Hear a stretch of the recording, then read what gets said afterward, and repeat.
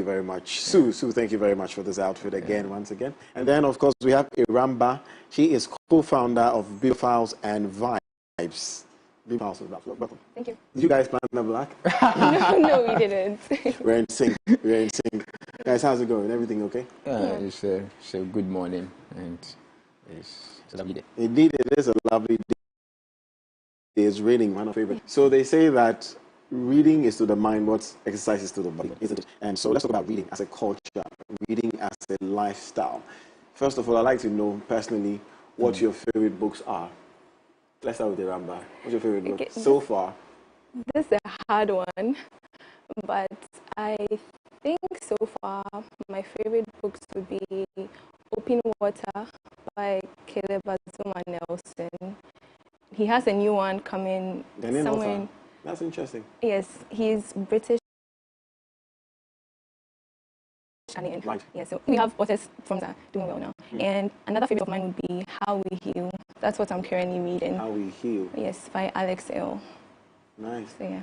What is this? You are the poet. I will buy it. I think I read mostly poetry books, and so my favorite from Kofi Anidohu, Sea Times, and from Kofi Awono as well.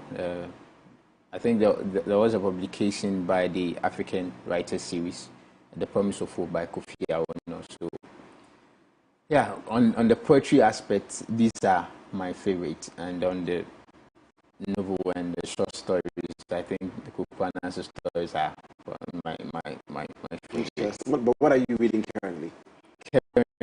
I'm reading Afrobeat. Afrobeat. Yeah, by Christian Adolfo. It's a new one? British Ghanaian. Yeah, a new one. It's on music. So, yeah. I'll check it out.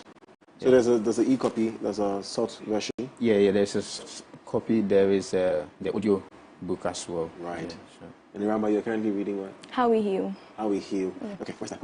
That last one. Yeah. Okay. This one. Take a look at Alexander Hill. Is that the Ghanaian? She's Ghanaian too? No, she's American. American.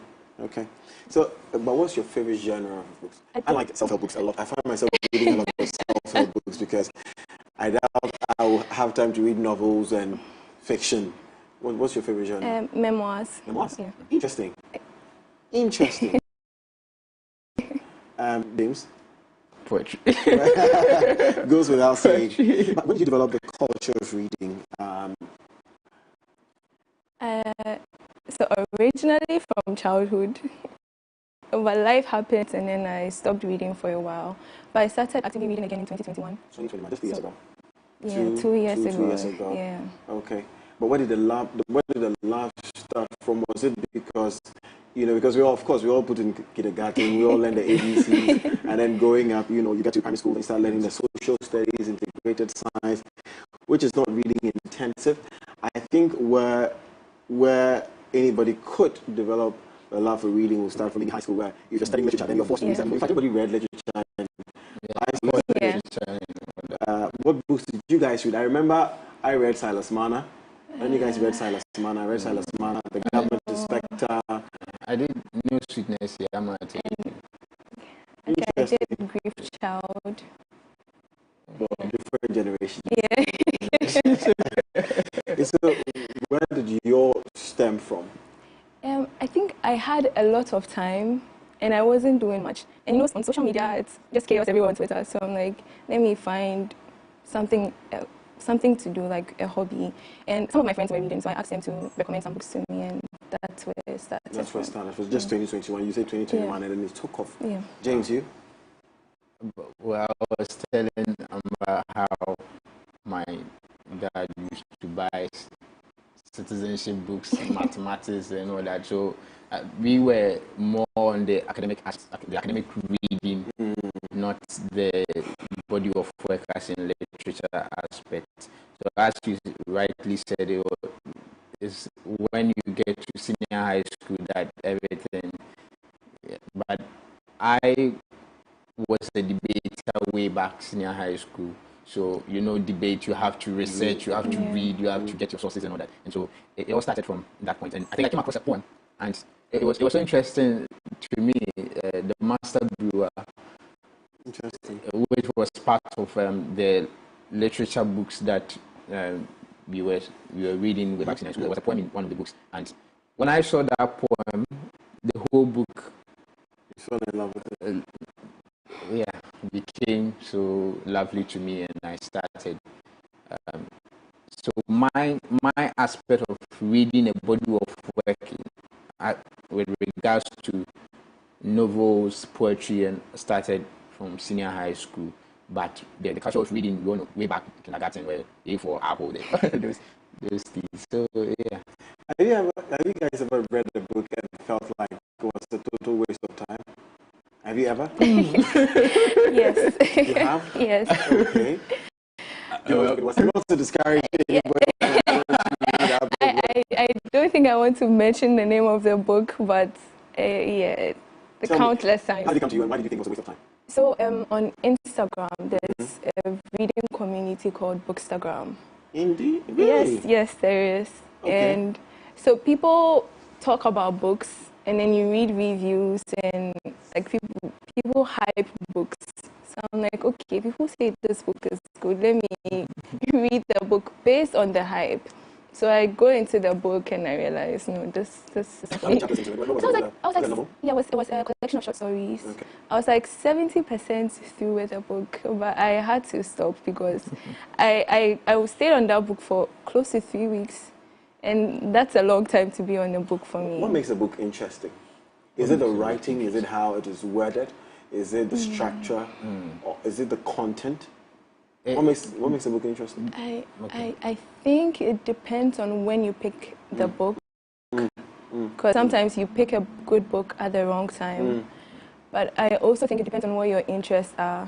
I normally wouldn't read self-help, so because sometimes it's like repetitive. Is like there a reason?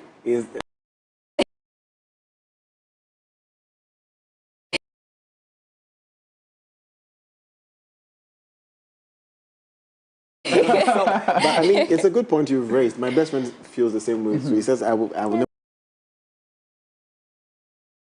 read self-help. My friends and I call it aspire. Like, yeah, that's what we call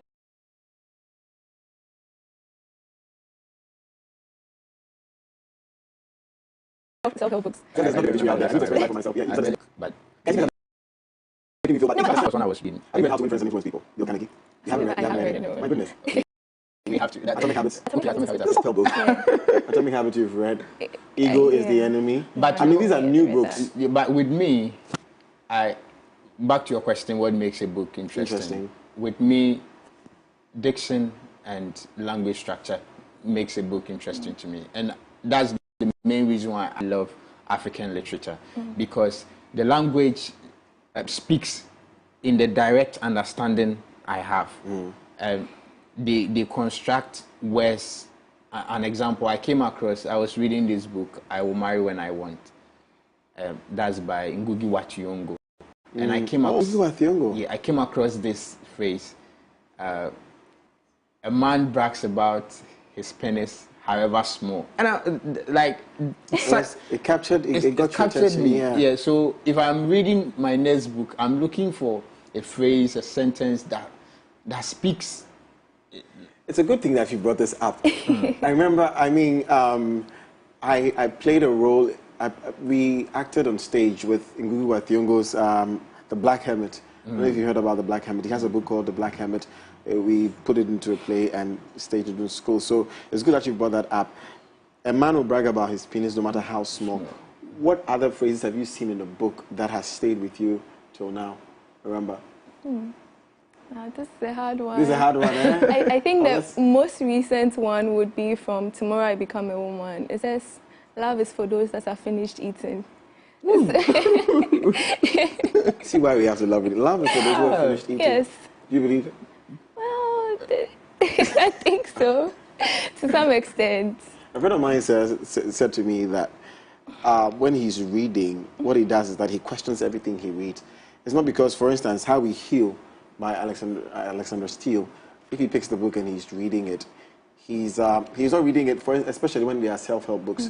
He doesn't read it necessarily to help himself. What he does is that he questions the author and why the author is saying this at a certain time. Do you guys do that too? Or you take everything that is in a book? So you go on Google, like we say, people go on Google and everything they find on Google, they believe. Oh, because Google said this, because Google said that.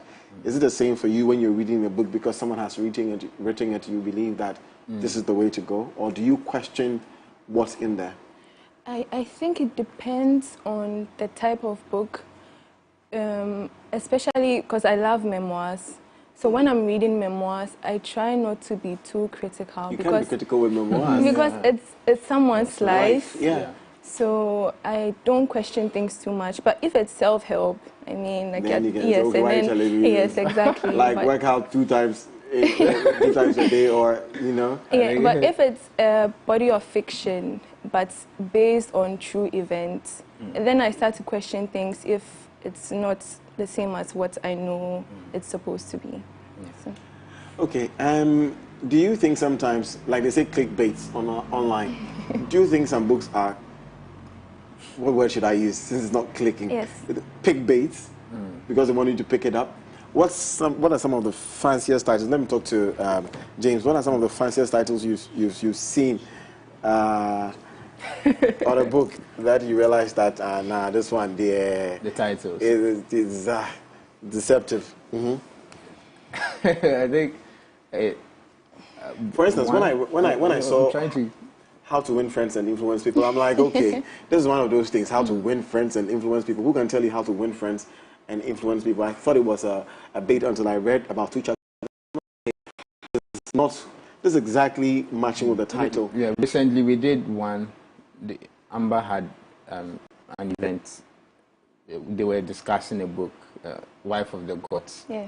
Like, Wife of the Gods. Yeah, I was catchy. Looking at by Kwekwete. I was looking for like the Wife of the Gods. I was looking for the gods that I didn't come across any of them. So it's, I think, one, that book, for instance, and the second book will be I'll Marry When I Want. It had nothing to do with marriage. It was just a political. Scene and conversation. So these are some of the things that I guess it's a good time to introduce our new guest, Lawrence Nikwe. He's managing director of Rehoboth Educational Consult. Lawrence, welcome. Thank you very much. You've missed a part of the conversation. Yeah. But we'd like to know, since you're here now, let's all get our interest. I say I love self-help books. Okay. This woman here hates self-help books. This man is more of he likes poetry. She likes fiction. Yeah. Memoirs. Memoirs. Yeah. Tell us about you. Well, I dabble a bit in all of those things. I love self-help books, but I think I heard what she was talking about. You need to understand the context and understand that it doesn't touch on every person's individual lives. So, for instance, a book about the 48 laws of power. Yeah. When you read all of those, laws, you're like, no, you're making me out to be a dictator or a tyrant. So you need to pick some of the laws that apply to your life and then apply to whatever role or whatever work you do, and then you're able to apply them properly. The other ones, those who need them or require them, can also use them. So I love self-help books because I think that anyone at all could have come up with those ideas, but then there are people who have spent enough time. So for Robert Greene, he has spent enough time thinking. He has had enough time because of his stroke and then his illness, thinking, so he's able to come up with those ideas. And so it's better to not reinvent the wheel, but just to learn from people who have had the time thinking through those ideas. Yeah. And then for fiction, obviously for the fun element of it. And for me, I grew up reading fictional stories, and then that kind of built my imagination, helped me to think beyond what the four corners or four walls of Ghana. Have you come across those fictional books? Because in high school, in high school, the ladies were reading a lot of Daniel Steele's. Oh, yes. yes, they were. Romance and all yes, romance novels and all that. Was that where your interest peaked? No, I started reading at a very young age, and I always give credit to my mom for not reprimanding me too much whenever she caught me reading under the covers with a small torchlight, because that's where the interest peaked. I didn't have my own books at a very young age, but I was always borrowing books. So read different storybooks, even Abuka Yoyo, The Wicked Baba, that would read in school. You know, someone would read and say, oh, I'm next. And in one book, you have about 10 people who are already waiting to read that book. So, and then spending more time in the library. I was fortunate to attend a Montessori school at a very young age, and so the environment itself was a storybook. Space. There are many yeah, the B side in Shakespeare's. But yeah, the environment was a storybook, and then everywhere you pass, your mind was being stimulated by words, and then you have the chance. We had what we call library period, and then every morning too, we had what we call the library corner. It was just a foldable wardrobe of sorts, which had a lot of ladybird storybooks in them. So when you come in the morning, instead of other people running around buying cocoa, eating washi and those things, there was a compulsory period where for the first hour of the day, you had to read. And that's how some of us developed an interest in reading storybooks. Ladybird books, you just took me. Yeah, Ladybird books. Wow. Yeah, Little Red Riding Hood, yes. Henny Penny, White, Snow White, all of those books. And we were in Saito, so I mean, I was in Saito too, but I used to see a lot of those books around Circle when they put it on the floor and they're selling them. Very interesting. Lawrence, again, they say that, we're saying it in the beginning, that exercise is to the body what reading is to the mind. I've seen what exercise can do to the body. I've seen what exercise can do to the body. Flex the muscles.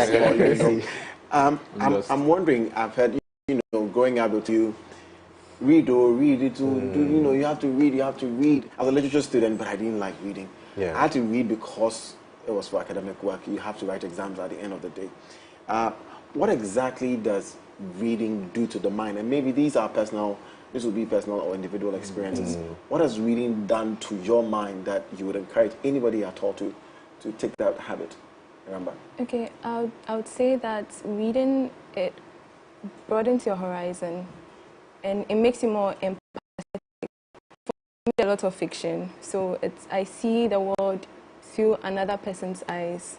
So it makes me more open to other people, makes me more open to understanding things from another person's perspective. So. Right. For me, I think we have a broader problem, particularly maybe in Ghana and then in Africa, and it's an education problem. But then, education includes things like reading, arithmetic, and those things. So it's fine if we start with a reading problem. Firstly, we need to build a certain culture or a desire of curiosity in young people, because that's the only way you have people identifying things that are wrong in society and then trying or making an attempt to solve those problems. And one of the ways that we can develop that culture of curiosity is by allowing people's minds to roam free. But then in basic school, the goal at that stage, the educational level, is to kill that curiosity, where when you have someone asking questions, then teachers get mad that why you're asking too many questions. So then, that's the problem. And the other thing is, we don't have enough books. So I don't think it's simply personal experience, but then from just observing, because I also coach the University of Ghana Debate Society, and just from observing the students, you can clearly see who has been reading and who, by the grace of God, has found themselves in the university, and then they are trying to make something out of their lives. So people come from different backgrounds, and then other people come from certain backgrounds, and they try to compete on the same stage, but it's very clear who has been reading and who has not. So like you said, exercise is to the body what reading is to the mind. The mind is a muscle. I think that's one of the biggest mistakes that we make. We don't realize that just like all of the physical muscles that we have, the mind is also a muscle. And research has shown that the mind, we say that the body stops growing at a certain point, the skeletal system stops growing, but then the mind continues growing, and each and every day you can be creating new neurons, forming new links and all of that. And one of the ways you do that is consuming new information. And that's exactly what reading does. It helps you to develop your mind. And the mind is a muscle. My students know that I always say that the more you flex it, the more you use it, the stronger it becomes. And that's why we have to make sure that everyone is reading something at the very least. I started out reading junior graphics in basic school when I didn't have storybooks. Dear Auntie Betty, all of those things. Dear Auntie Betty. Yeah. And so when people commend my intelligence, I say, well, first is the grace of God. But then secondly is the fact that I wasn't restricted to the box of the classroom, the curricular activities, but then I was able to read wide, reading almost everything, even the things that I wasn't supposed to read.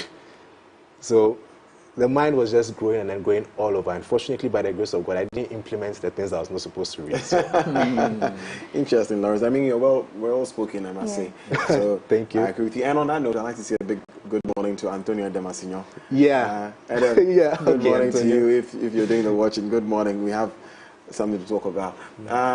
Poet Tivis, you haven't said anything yet. Yeah, so with me, I think the mind, as he was talking about, the left hemisphere of the brain has its role, the right also has its role. But reading helps in the critical thinking and the critical skills of the mind, because it's cognitive. Reading is a cognitive action. So once you acquit yourself to reading, but as Amber said, it broadens your horizon. It helps you to critically analyze things and see the world in different perspectives. There are a lot of social issues ongoing that can be resolved from just reading, because once you read, you discover a new world and you understand, okay, this exists, okay, this is how we can approach this. It comes down to questioning the things that you read. So reading helps one to be critical, and critical as a thinker. Critical. That's the word, critical. And reading also makes you, like he said, it makes you look intelligent. And so even if actually being intelligent. So even if you're not good looking, when somebody hears you talking, I really like that. That's true. That's true. That's very, very interesting. Do you think reading habit? You travel. If any of you have traveled, well, you would know. Or even if you watch a lot of movies and stuff, you see that the white or the Western world has a higher culture of reading. You don't even have to travel to know this. I mean, they have a higher culture of reading. You go places and people are sitting isolated with their books, reading. It's not so much the same here. First of all, my first question is reading an innate thing? The love for reading, is it an innate thing or something you develop as a person and grow it? Is it a talent? Some people are just buried into books. No matter what, you find them reading, you're like, oh yeah, they won't know. It's not my style. Or it's something that anybody and everybody could just adopt and make a lifestyle. Well, personally, I think that it goes both ways. That there are some people extra curious, but then that shouldn't be an excuse to not take care of the other folks who can actually develop that curiosity. You don't expect someone who has been in a school where the only books they were used to were the exercise books to get to maybe age 15 and then you want them to develop a reading culture. So it's an innate talent for certain people, but then it's possible that you can develop that talent also. Should I even call it a talent? You can just develop that desire in other people with what I talked about in terms of curiosity. You just need to put them in a position where these books. I think that one of the biggest challenges that we are not used to that culture because that's not how we grew up. And unfortunately, the world is made in such a way, grown in such a way that there are different things competing for our attention. And people, naturally defer to the natural fixes. So people are now using mobile phones, and then when you pay attention to the people who run those softwares, they actually have long-hour meetings to discuss how can we capture the attention of this person the most. And so if these people are putting in the effort, and we are not putting in any effort at all to develop that culture of reading, obviously the social media is going to win. All of the mobile phone games are going to win, and then we'll keep losing. I disagree. You disagree? You disagree? Yes. Okay. In the sense that I am from a school of thought that the world is advancing, the world is growing, and reading is finding its way into how the world is moving. Now you can pick your phone. You don't need to go and buy a read. You can scroll through social media and find people who are reviewing books. And there are some people, they don't need the hard copy to become readers. There are some, we are all readers in our own way. Yeah. We read our text messages, we read blogs. Some spend most of their time researching on, maybe writing an article. They spend most of their time researching on the articles and researching on facts and figures and all that. So the world is finding its way to make everyone a reader in their own ways. I think the subject matter is that of a body of work, as in literature.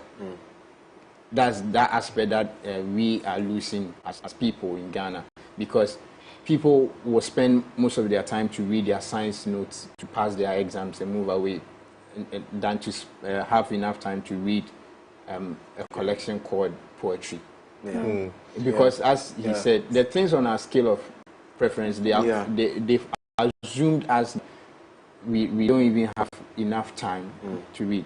But once you have a tablet, once you have a mobile phone, people Can I just... Yes, chip it. So I think we could just run I agree that obviously Wattpad, all of those different ways. I mean, I read sometimes. I prefer hard copy books. I do prefer hard copy books. For the simple reason that if we are to run a survey of all of the people in the room currently, those having their phones open, the chances that you have more people reading is less likely, because what you see is that with things like the phones, there are always distractions.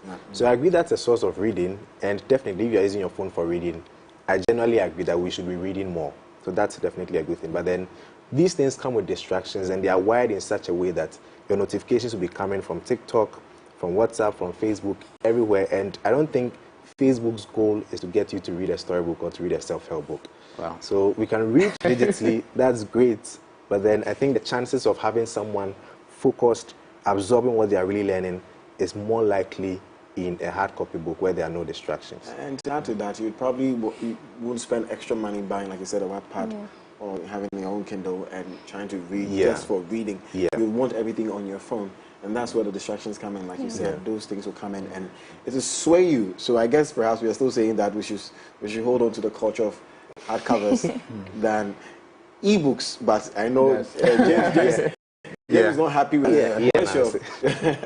Where's your go-to place to read? I mean, our time is up. Where's your go-to place to read? I went to Joburg for the first time, and that Mandela Square has a public library. It's so huge.